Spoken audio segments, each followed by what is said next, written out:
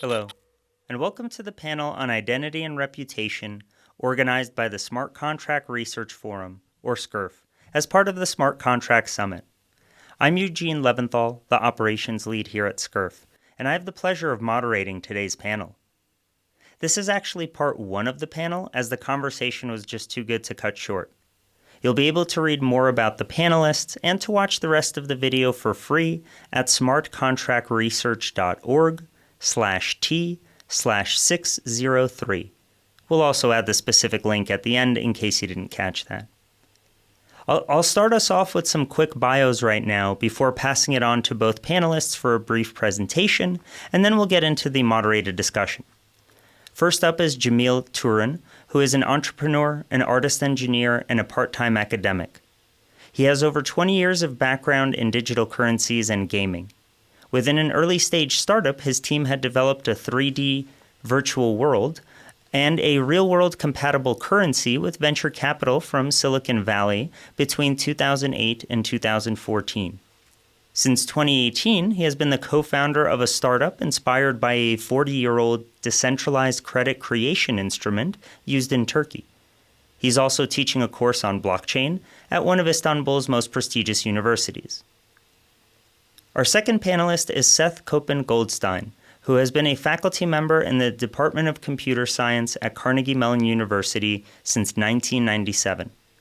He received his PhD in computer science at UC Berkeley and a BS from Princeton University. Seth's main research agenda focuses broadly on ensembles, large collections of interacting agents, where he has explored topics such as reconfigurable computing, how ensembles of molecules could be used to create circuits, and programmable matter. Most pertinent for today's discussion, he has moved his focus to ensembles of people and is investigating the interaction of technology, work, and money since returning from his most recent startup. In particular, Seth is interested in understanding, quantitatively, the impact of technological progress on the labor market and innovation. He is developing social technology and alternative monetary systems that can reduce poverty and opportunity equality, as well as support innovation and creativity in a post-labor economy. His main effort is on Zoos, a financial inclusion tool that combines lending and payment on a single distributed ledger-based system. Zoos builds on local trust to increase access to capital and to create a functioning bottom-up community currency from each individually issued Zoos. And with that, I'll pass it off to Cemil for the first presentation. So I'm sharing the screen now? Yes. Okay. All right.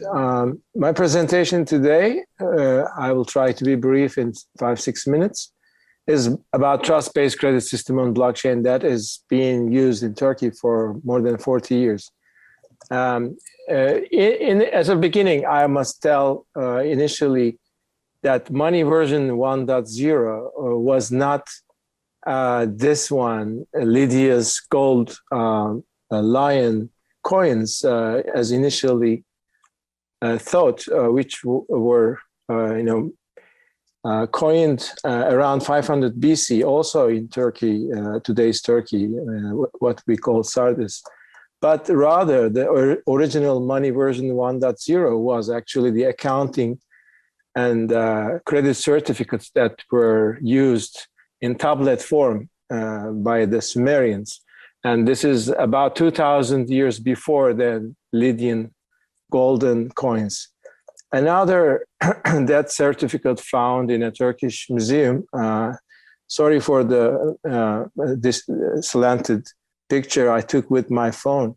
This is from BC 1800, and it's about a debt between two tradesmen.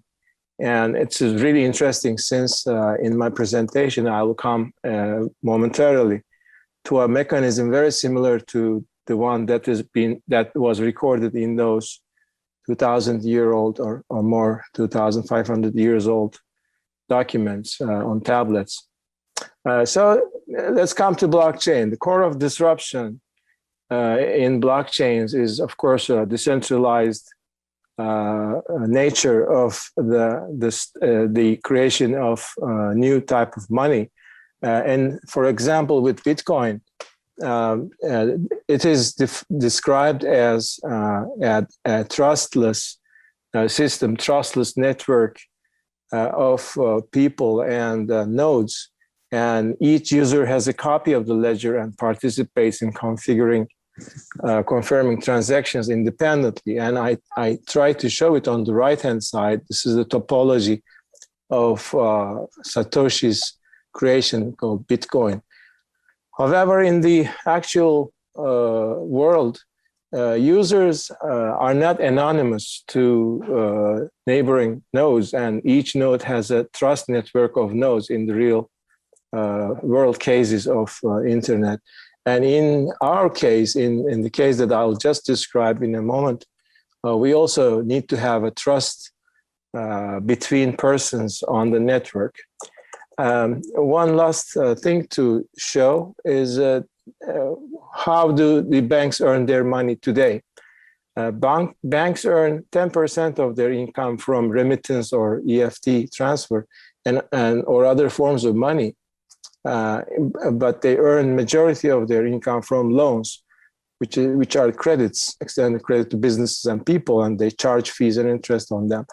However, today's cryptos are all about that 10%, which is mostly about moving money. However, the other 90%, which is the credit side, is not addressed at all. Well, there is DeFi, but of course, DeFi is not the same type of credit creation that we see in the real world situation today. So Bitcoin is basically about transactions and cryptocurrency transfer on insecure networks. Now, let's come to this interesting vadeli check example, which is a mechanism that has been used for more than 40 years in modern Turkey. And this is based on bank checks, the papers, the checks that are created, that are given to tradespeople and SMEs, small and medium-sized corporations, by the banks. And however, they are used in a completely different form. It's not used like the checks in the Western world. So here in Turkey, somebody, when he or she gives a check to the second party, it is 100% of the times with a future date, usually 6 months or 8 months ahead of the day that the check is signed.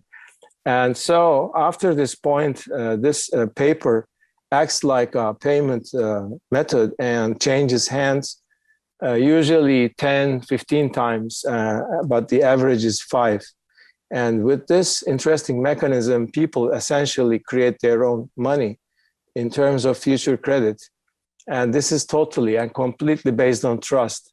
So people trusting each other, usually in pairs, essentially in pairs. And then, for instance, in this example, the first person, Ali, gives the check to Bora, second person, and Bora has to trust Ali, otherwise it won't happen. So these two people, the two tradesmen or SME owners, in this case, they create money out of their own credibility, essentially Ali's credibility. Then Bora can pass this to Ceren by a signature on the back side of the paper, and the trust direction is from right to left. And also note that here, Ceren, the third person, doesn't know Ali, does not need to know Ali, and Demir does not need to know Bora. So this is kind of like it works between two people.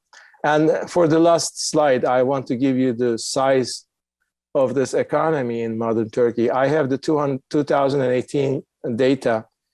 And in that year, Turkish SMEs had issued 21 million vadeli checks with a total face value of 940, almost 1 trillion Turkish lira. And this was $200 billion in 2018 numbers. And average velocity, that is number of hands of each check, was 5. So the total economy based on people's reputation, reputation-based credit system was about $1 trillion in 2018. So this is interesting example I want to put to the interest of researchers and blockchain engineers all over the world.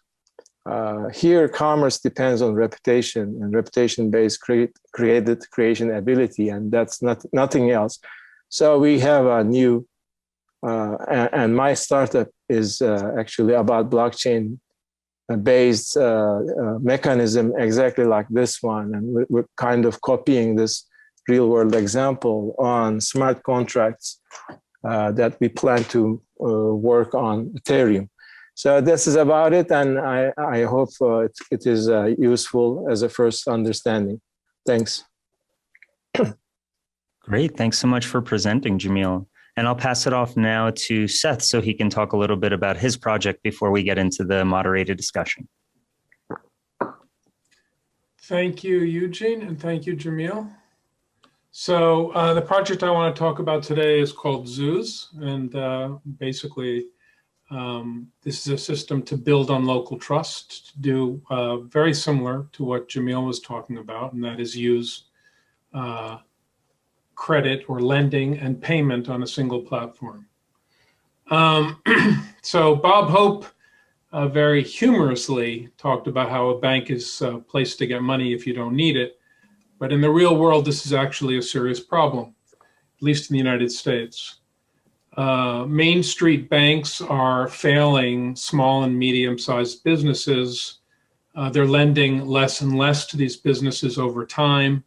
And 85% of small and medium-sized businesses report needing more capital to grow is the essential problem. The reason for this is that the cost of a loan of $10,000 or $10 million is essentially the same to the bank. And the relationships or reputation that business owners had with their banks is sort of disappearing as community banks, which have been the historical lender, are closing at a rapid rate. Not only that, if you're a woman-owned or minority-owned small or medium-sized business, you get a significantly less than your fair share of the amount of money loaned. So that's one part of the problem, that businesses can't get access to capital to grow. The other part of the problem is that communities themselves are being hurt by the sort of globalization of e-commerce and such. If you spend $100 in your local community at a locally owned store, the community keeps 68 of those dollars. And that makes for healthy communities. If you spend that same $100 at a big box store or at an online mega store like Amazon, the community keeps only $1. So we want to tackle both the problem of access to capital and local liquidity in a community. So our solution is based on the fact that reputation that you have in your community is something that you can turn into capital. It's a two-sided solution where on the same platform, we're both lending money and using the platform, essentially the loans, to be able to pay for goods and services. In some sense, this is the 90% of the pie integrated with the 10% of the pie that Cemil was talking about. So merchants can raise money from the community by putting together like what you could think of it as like a crowdfunding platform campaign. And that campaign runs on the website, so it's also a marketing activity. And individuals that care about that merchant, that want to support it, can come and buy their zoos. Essentially, think of it as a digital gift card or a loan instrument. And so they buy this digital gift card from the merchant, and it ends up in their wallet. The merchant gets some cash. That's the capital they're raising. And then the consumers, might get maybe these digital gift cards pay an interest rate. So there's a little bit of self-interest involved here.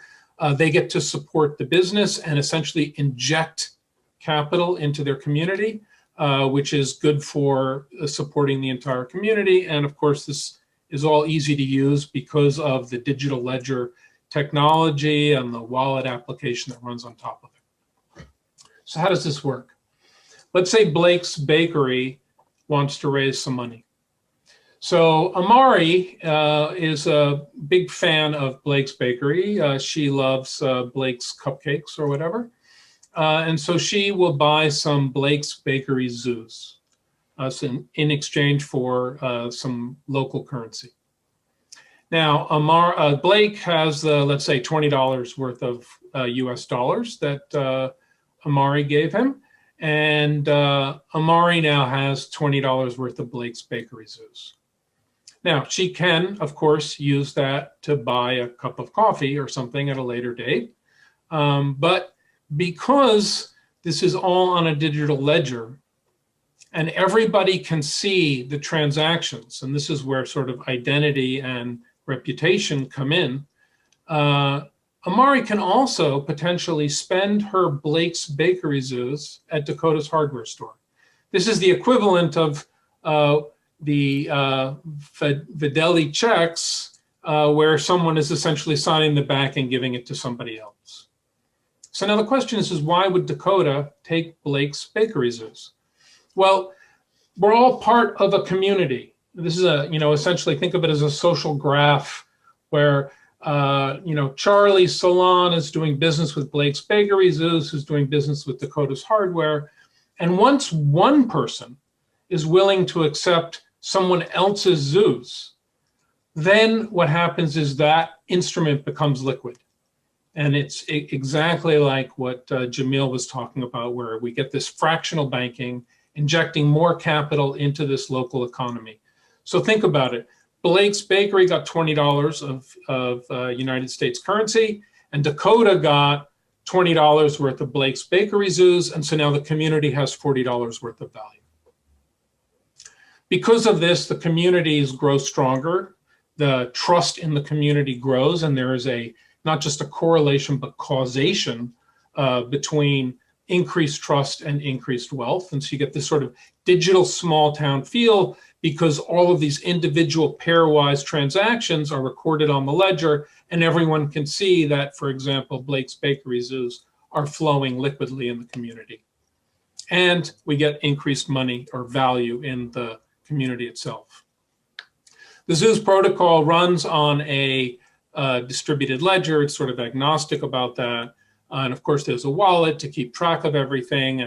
And in the long run, because all of these transactions are happening on the ledger, you can imagine mining the ledger to create sort of reputation metrics that are potentially correlated with default risk to make it possible for these small businesses to access large amounts of capital from the sort of mainstream banking community, because all of a sudden now they have a quantifiable metric they can use to make a loan. And so I'll leave it there. And if you have questions, I'm happy to take them at info@zooslab.com. Thank you. Great. Thank you both for presenting. And we'll make sure to include links and easy ways for people to learn more and follow up in the forum posts that we create around this. And I'll plug that at the end. But I just wanted to start by kind of asking you both a question relating to something that was alluded to in both of your presentations, the role that trust plays in these kind of systems. And I think it's an interesting question to start off with in terms of how you build trust in these systems, whether it's people trusting the system itself or people trusting each other to want to use such a system. So would either one of you mind jumping in on that one? Yeah. Okay. Seth, do you want to go first? Sure. Okay. Although I think that you have a easier time of answering this question, given the social foundation of what's happening with these future dated checks in Turkey. So there's sort of a sociological foundation for building this trust. I think that building trust in the system, well, that happens over time. You can release code your code from your ledger. Everyone can read the ledger, but of course there has to be some basic trust in the system. But on top of that, there has to be trust of each other. And the first question that people ask me a lot is, well, what happens if Blake's Bakery defaults? What happens to my zoos that I own? And, that is an important question, and it is alone in that sense.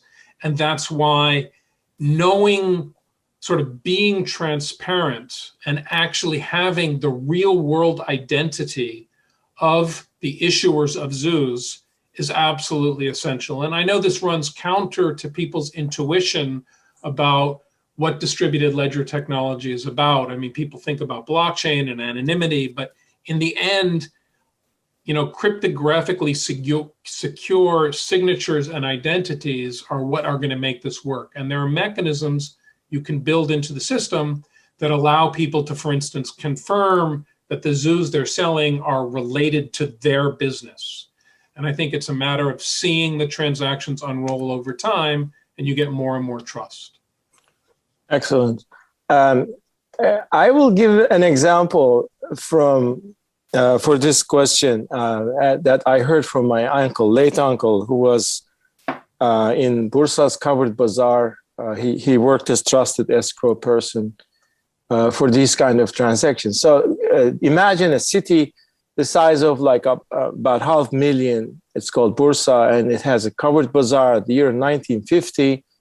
And two tradesmen, they buy silk clothing or whatever, silk textiles from one to the other. And one of the tradesmen says, I will pay you 10,000 liras 6 months ahead. And they shake hands.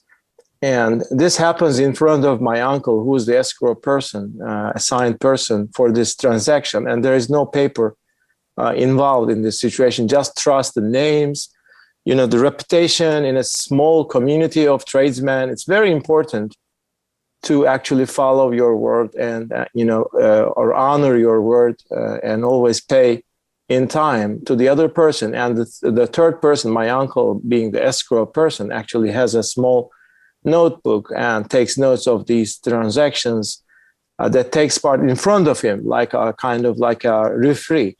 And this, when things went bigger and many other cities involved, necessitated another kind of escrow. And in that case, they used later on in 1980s the bank checks as a kind of like an escrow mechanism rather than human beings.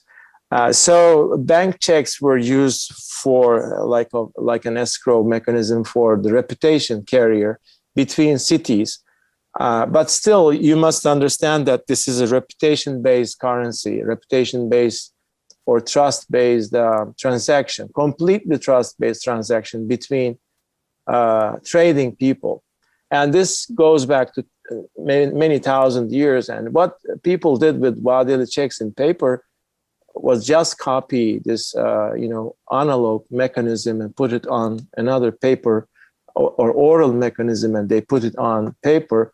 And now what we try to make is to put it on a, trusted, decentralized ledger and not break the mechanism because it is decentralized. There is no central bank, there is no bank, etc. So I hope I can give you this. As Seth said, it's a sociological, long-term built trust between humans in a community. But I think just to add to that for a second, I think that, the history of our civilization is one of people coming together to do things together. And reputation, even if it wasn't quantifiable, has always been a part of how we do how we interact. And so the question is can we sort of create a little bit more incentive to build up that reputation? And I think that's what the transparency of the ledger provides here, particularly as we work in bigger and bigger communities. Very true. Because it was in time, it was abused, by people who used the non-transparent nature of the bigger mechanism. And as Seth says, I think we have to rebuild this reputation and trust the mechanism using blockchains. And so I want to dig into something that was alluded to in both of your answers in terms of the role that identity plays in some of these systems and the idea that it needs to be a real world identity. I know you explicitly said that, Seth, and Jamil, in the example you gave, I mean, your uncle knew those people. He knows their names, presumably where they live in the community, et cetera. So a two-part question. Is there a specific reason you think it absolutely needs to be sort of a fully disclosed identity? And the second part is, once the system is established enough, can a pseudo-anonymous entity gain enough reputation over time that it becomes okay if I want to use my online handle as opposed to Eugene Leventhal for whatever reason? So I think that that is essential to make this a working system. Not every transaction everybody wants to do they want disclosed. But that there are ways, because we have smart contracts underlying this, to get both the advantages of the real world identity, so that defectors are essentially punished, which encourages trusting the system and following the system, and allowing people to be to have some of the attributes of anonymous transactions. So, for instance, in zoos, you have a real world identity, and then people know who you are, but you can have as many identities as you want. Now, clearly an identity with no transactions behind it has no reputation by definition. But there is a smart contract that we have where essentially one user will say, I trust another user's currency, another user's zoos. And then what they're saying is I will guarantee to back that up. So you can imagine that someone says, you know what, I want to do the following transactions anonymously, so I'm going to create this new identity, and I'm going to go to a service that I pay to trust my currency. And so now people know this is an anonymous identity, but it's trusted by a third party. So in this sense, I think we see that there's some trade-off here between the amount of sort of anonymity you want to have and some cost to that anonymity, which I think does mirror many real world transactions. So it's possible using smart contracts to get that anonymity you want and yet still have sort of a reputation-based system.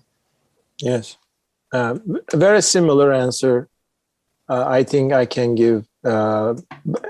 I'm not going to add anything new to what Seth said, but as he said, there is a, on a top layer, there is a reputation-based, larger transaction size flow of credit. And on the bottom, there is another layer of anonymous, smaller transactions possible because of the first layer's trust and confidentiality. So maybe users of the first layer can say, okay, this amount, I secure it with my own trust. So other people can use my trust and transact my created credit in the next 3 months, but they can be anonymous. I think we need this anonymity. It's very important for society to function.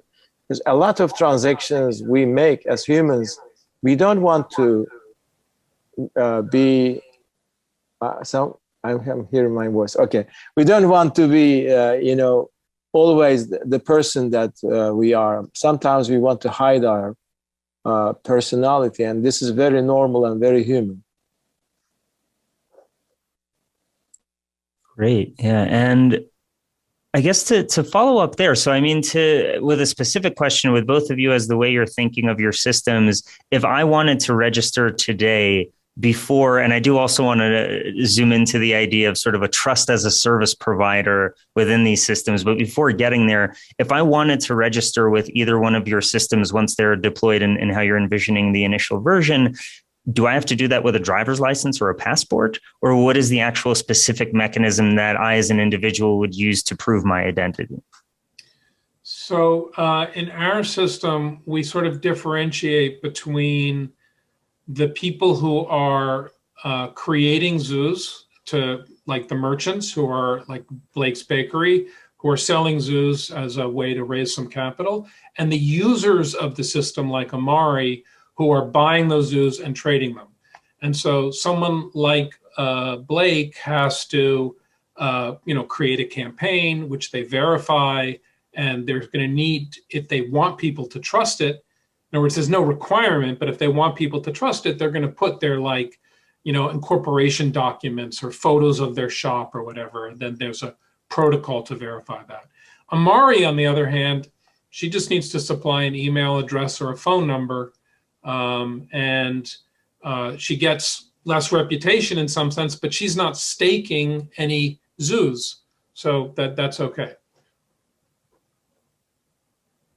In our case, we day one, this time zero, and initially, we don't have reputation in our hands recorded in the system, but eventually, in time, okay, we will have many users with recorded transactions. Then there will be a built reputation. So, in the first instance, in order to start the project, we will need to have already registered system of identities. So we will trust in the beginning some third-party trust builders services to be provided to our systems, which is not perfect, but I think we don't have another option until we create our own system of reputation. So just to add to that for a second, I think the other thing is that you can create verified identities that identify that the person is an individual and the same individual without actually revealing the data that they have. So correct. Let's say they do provide a photo of their driver's license or their social security number. That gets then get encrypted as part of a hash for that user ID. And now we know that this is a real world person with that data, but not who it is. So correct. It's up to them to decide how much they want to disclose. And also additionally, Seth, when even that concealed identity, let's say like a long hashed, address of the person, sometimes other users notice that this is the same person who did such and such transaction 5 days ago. You may need additional, layers of anonymity in order to have real, discrete transactional space. So I think it's an open question whether or not we truly need this. I think that when we think about privacy and anonymity, we tend to conflate two things. And one is the ability to be opaque and anonymous. And the other is the ability to be forgotten. And I think that those two things are actually quite separate. And, one of the problems I think that we face as a society right now is that we conflate them. And it would be nice to be able to sort of start over. But when you're in a community, when you're in a network, I don't think there are actually significant social advantages for that community for people to be opaque. So I think this is yet to be understood whether or not people actually need significant layers of anonymity on a system like this. Yes, I agree. And I guess to follow that thread a little more, then, taking a step back maybe to think about the general tensions between transparency and privacy, kind of how do you think through the balance between those two as you're both kind of designing these systems? Good question. This is, as Seth said, these are two different things. And when it comes to actually conceal the transactions themselves and not necessarily conceal the person in his or her trustability, we are planning to use, we are now using zero knowledge systems, mathematics that is to actually not show the actual transactions, but still keep them mathematically secure so that somebody who is asking the authenticity of the transactions, he or she can reveal mathematic proofs for these transactions. This is, there is a balance between how you design the systems and how the users can understand what's going on, user accessibility and ease of use. There is always these trade-offs. And I think in the time, we will find the best way to actually do this according to the community's needs.